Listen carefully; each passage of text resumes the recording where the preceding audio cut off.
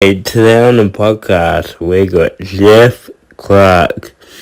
I played him in a physical disability rugby league. I've known him for about 13 years. He's a good bloke. You know, me and him, we had a bit of a rivalry back when we started playing footy, and we just wanted to bash each other. Just quietly, I still kind of feel like bashing him now just for fun. Even though he's me mate, but, you know, just to get a bit of fun out of it. So, talking about the physical disability rugby league, there's a farm with a lot of animals, and these animals were born with, like, disabilities. The animals actually had physical disabilities, right? So one of them was blind. I think there was a dog that his legs wouldn't walk properly. He couldn't walk. He's just all fucked up there. So anyway, this guy goes in there and he wants to get a new pet. So he goes, alright, well, I'll go into this disability farm, animals with disabilities, and I'll do a good deed. I'll take one of these animals home and look after them, and they can be my new family member. So he goes down and he sees this pig, right? And the pig's walking around with one wooden leg. So he says to the guy that owns the farm, he goes, that pig walking around there with the wooden leg, what's his story? The owner goes, oh, that pig, right, the people that he used to live with, he goes, they felt real hungry, they were craving a leg of pork, but they didn't want to kill the bastard.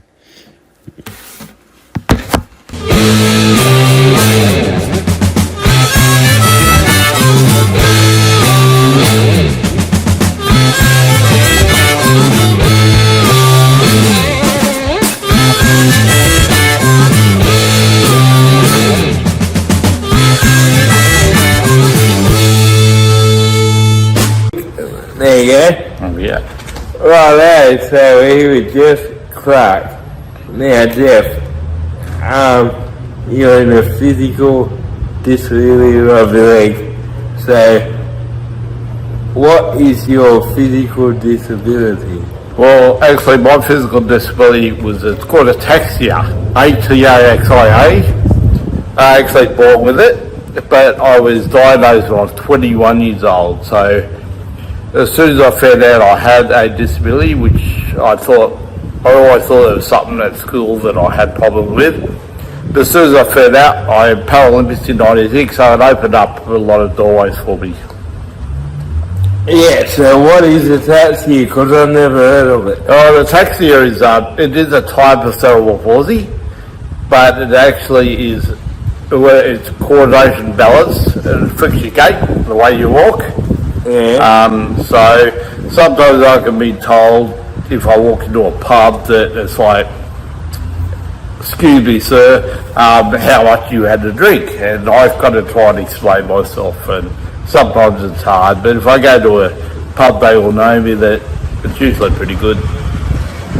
Yeah, it's funny, I never thought that about you. When I met you, I just thought you were getting old and Yeah, well, I am. I thought you were just senile, but anyway. No, well, you know, laws can be deceiving, Gretchen. So how was school for you? School was a bit of because I'm visually impaired as well, so that part of the tax? No, it's separate. It's not the same. Sometimes it can affect eyesight, but this one's I've just got two separate disabilities, which is but my eyesight's not bad enough to play by the sport. So you're not like what do they call it? Legally blind or? Well, without glasses, I am legally blind. Yeah. But because it's your best eye corrected, that's how they talk about it. Because wearing glasses does correct my eyesight. Above being legally blind, I can't play blind sport. I always wondered why they call it legally blind. And then I found out I had a mate that was legally blind. And he went for work somewhere and he wasn't wearing his glasses. And he ran into a wall and they coffee saw him without glasses. Yeah, well. The coffee saw him without glasses and he pulled him up and said, "Do you have a permit?" He goes, "What's wrong with you?" And the guy said, "Oh, I'm legally blind." And the cop said, "Oh, do you have a permit?" He said, Yeah, "You do it without glasses, so we're gonna put you." When you are legally blind, as they say, you go to an ophthalmologist, and what they do, they sign a form and you send it in. You get a blind pass, Yeah. which allows you to have free train travel. That's alright. It'll say it'll go your phone. It's like a license.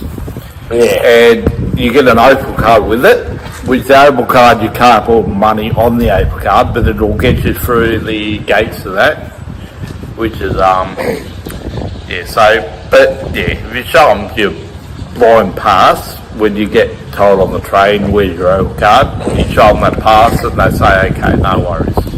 Alright, so where were you before that? How was school like? What going through school? What school did you go to primary school? I went to Glenbrook Primary School. Yep.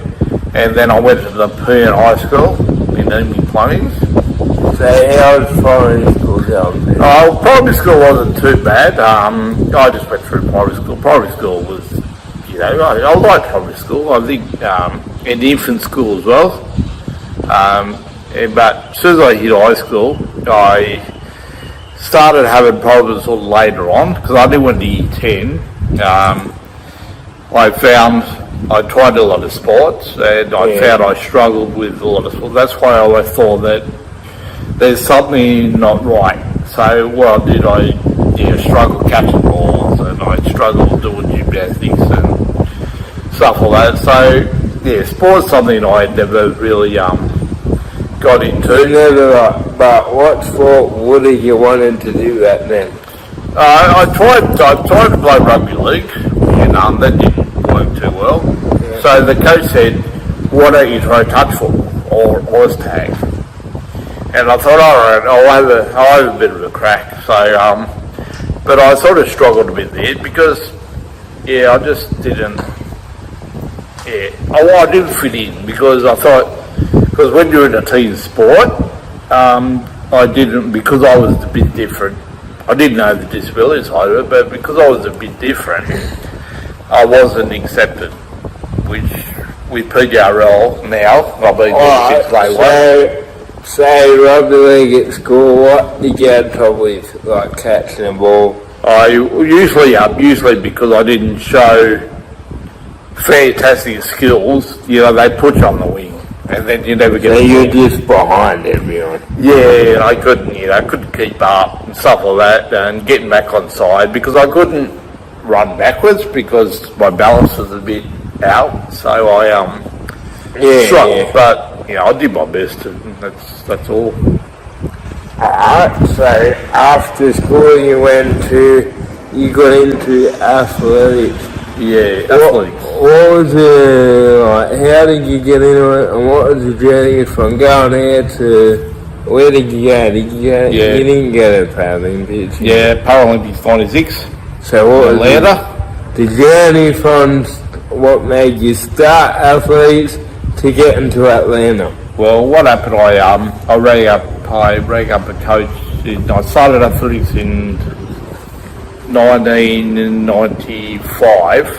What made you pick athletics? I just thought it was just something I thought I'd have a go because I like firstly I thought it was just going to be a social thing. Yeah. But then I thought, well, when I found out in '94 that I had a disability, that sort of opened up avenues. And I had a friend of mine, he said to me, why don't you try, I told him that I was Jordan Athletics. He said, oh, that's great. And then he said, the Paralympics are in '96, why don't you try and qualify? So I got myself a coach, and yeah, the rest is history. So I just 8 months of training, got selected in the Paralympics, and yeah, so that's what You got selected after 8 months. Yeah, 8 months. Of course, the Paralympics back then wasn't as hard to get qualified. You would have less people trying to get in there. Yeah, because what happens, they put you in classifications, right? Yeah. Like 2 for track, F for field, 36, which is what 31, sorry, is what I was. If you got the number 30 beside your disability, you're a CP or a taxier or whatever. Yeah. And then you got 40s with amputee, 50s wheelchair, so on and so on. And I was against guys similar to my disability. Yeah, I think I was a T36. Yeah, you would have been T36. I thought it was like a Terminator or something. Yeah. T1, T2, T3. Yeah, no. I thought, fuck, I can't wait for Jackson Day. Yeah, no, I just, it was new to me, Paralympics is pretty big, so I don't think mentally I was prepared. I mean, I did a personal best over there, I just went there and, yeah, didn't know what to expect, and when I went there, I thought, fuck, it's like, wow, this is fucking full on. But you get... Wow, what was it like? What was the experience of being there and all that? Oh, it was an experience, of course. It was sort of like, it wasn't, like when I went to the opening ceremony, it was like fucking 60,000 screaming fans, and you walk in and you line up, and you know, and the guy that talked, it was actually Christopher Reeve, Superman, was the guy. I love Christopher Reeve. Yeah, he was the guy up on the podium in his wheelchair. And of course, he told you about the human spirit, and he told you, so he was like the MC of the opening ceremony. So that was a bit of a... Yeah, that would have been mad. 96, he thought he was going to get a cure, but... Yeah. And they promised him a cure within like a couple of years around that time, but it never happened. And what, he died 2000? I don't know what it was. But yeah, great. No, that would have been real good. I like Christopher Reeve. Yeah, he's a good mate, humble guy. Yep. Yeah, he's on top of the world, and he's a Superman, and when He's he's on top of the world. He fucking was on top of the world when he was Superman. He can't fly up there. He was So like getting to the camp, what do they do in the Paralympics? Like, does your coach get you to train while you're there, or yeah, well, it's just say you got an event in 2 days? How do you prepare for an event? we just work on. There's a lot of it's mental. I mean, physically, people can be fantastic. There's people that play different sports, and they're all like physically strong there. But I think mentally was the thing we worked on the most. Yeah, well, physical can only get so far. You've got natural athletes, but if they're lazy, I reckon the people that are mentally driven are always going to take over them lazy people. It is mentally, because it's because things can go, like an example, things can go wrong. So your 100-metre race could be at midday. Yeah. Something happens and it's at 3 o'clock in the afternoon, right, for whatever reason. So you were prepared and all that to run at 12 o'clock in the middle of the day. Yeah. And then when something might happen out of your control, it has to be whatever. It could be weather, it could be all sorts of Yeah, because you're on a track. And then outside. if you have to race at 3 o'clock, you've got 3 hours before your race, so you've got to focus. And sometimes it's hard to do. And so things you can't control, you just got to try not worry about them, just get on with the job. How do you prepare on a day? Do you just relax all day up until that event? I mean, you just got to, like the day before, you just got to rest. Active recovery. You just got to focus, sit in a room by yourself. If music helps, you can listen to music. But a lot of times you feel nervous.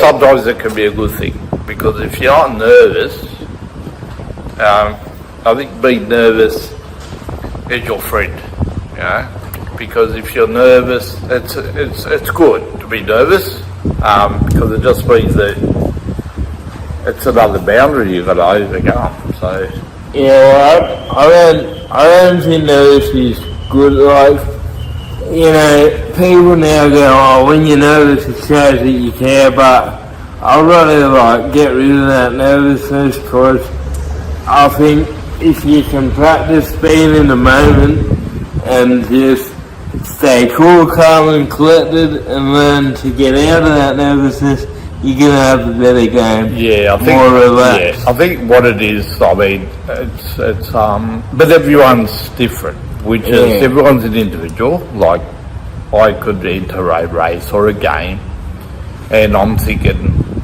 I'm nervous, and then the bloke next to me is not nervous. So it's just an individual thing. Everyone deals with it differently. But alright, so how did you go with your events? I got out of the box pretty sluggish.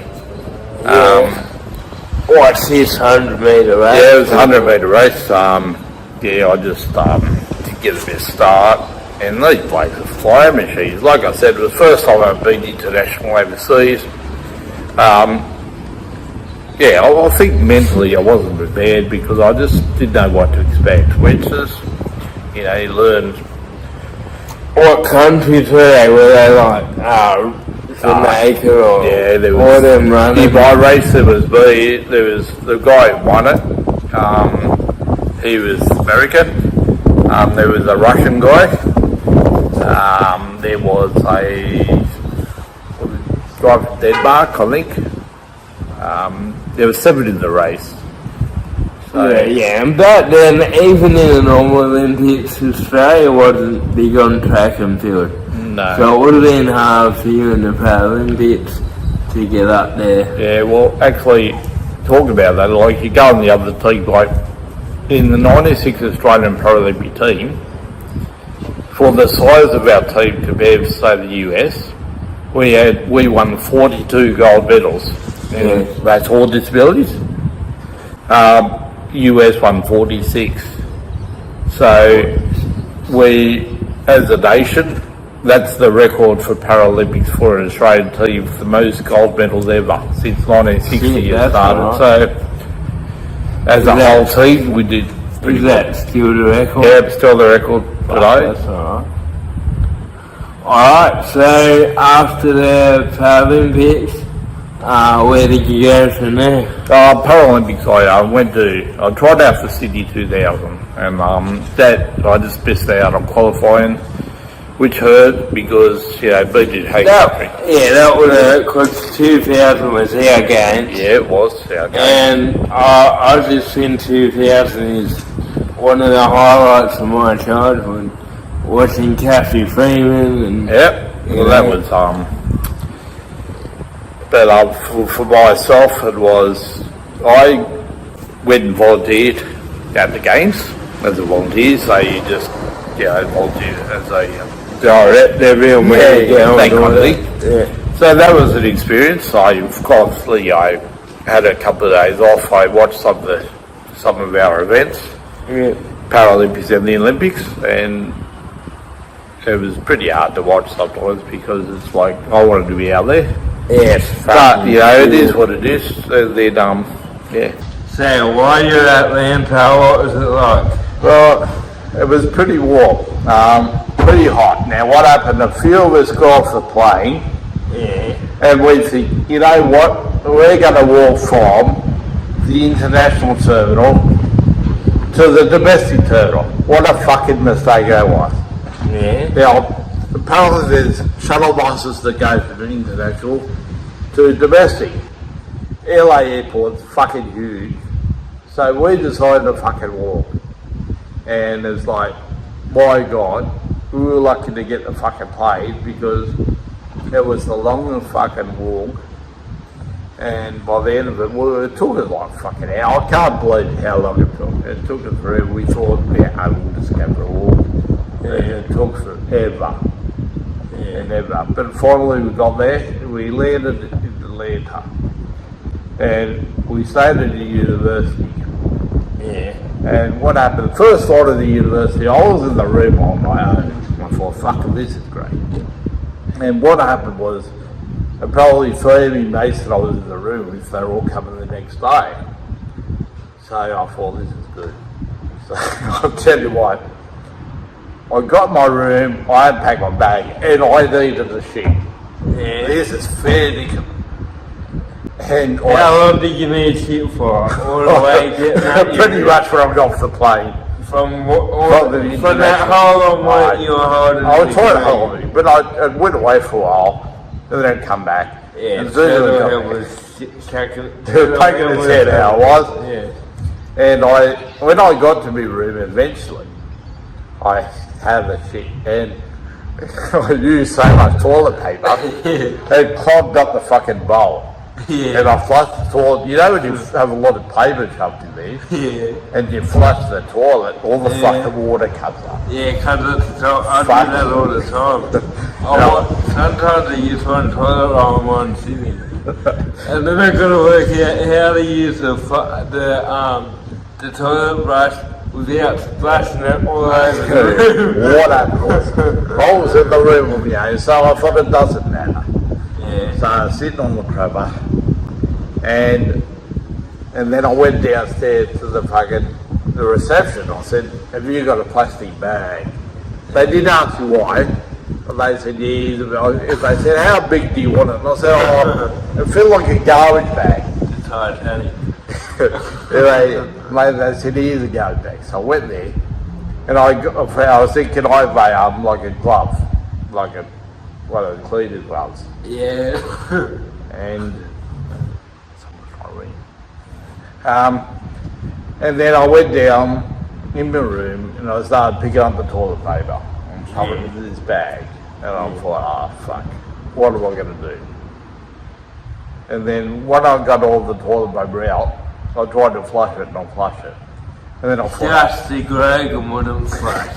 Without the toilet paper, it still wouldn't go down. yeah, so Must mean a big one. I held it for a while. And anyway, I had this bag of toilet paper. And Yeah. I thought, what am I going to do with it? So I thought, I'll wait till fucking everyone's asleep. Because I was under on the roof, I don't remember. I didn't want to go and walk around with this bag of fucking toilet paper when people are around. When they were in your room. No, they hadn't moved the room because I had the room on my own for the They were first coming at night. No, they come in the morning. Ah. And then what I ended up doing, I ended up tying up the toilet paper Yeah. bag with it, and I shoved it in one of those bins, in one of the, I think it was Japan's fucking, where they were staying. So that was kind of alright. Shoved it in Japan's room. No, just in the hallway. In their hallway. Yeah. So they were just toilet paper. So whoever the cleaner was that cleaned that fucking room up, or the clean. And then I couldn't get the rest of it, so I ended up going downstairs and I said, "Have you got a plunger?" Yeah. And they said, "What room are you in?" So I told them. So this fucking chick went over the plunger, and she didn't say anything. She just walked in, punched it up, fucking flushed it. Good on her.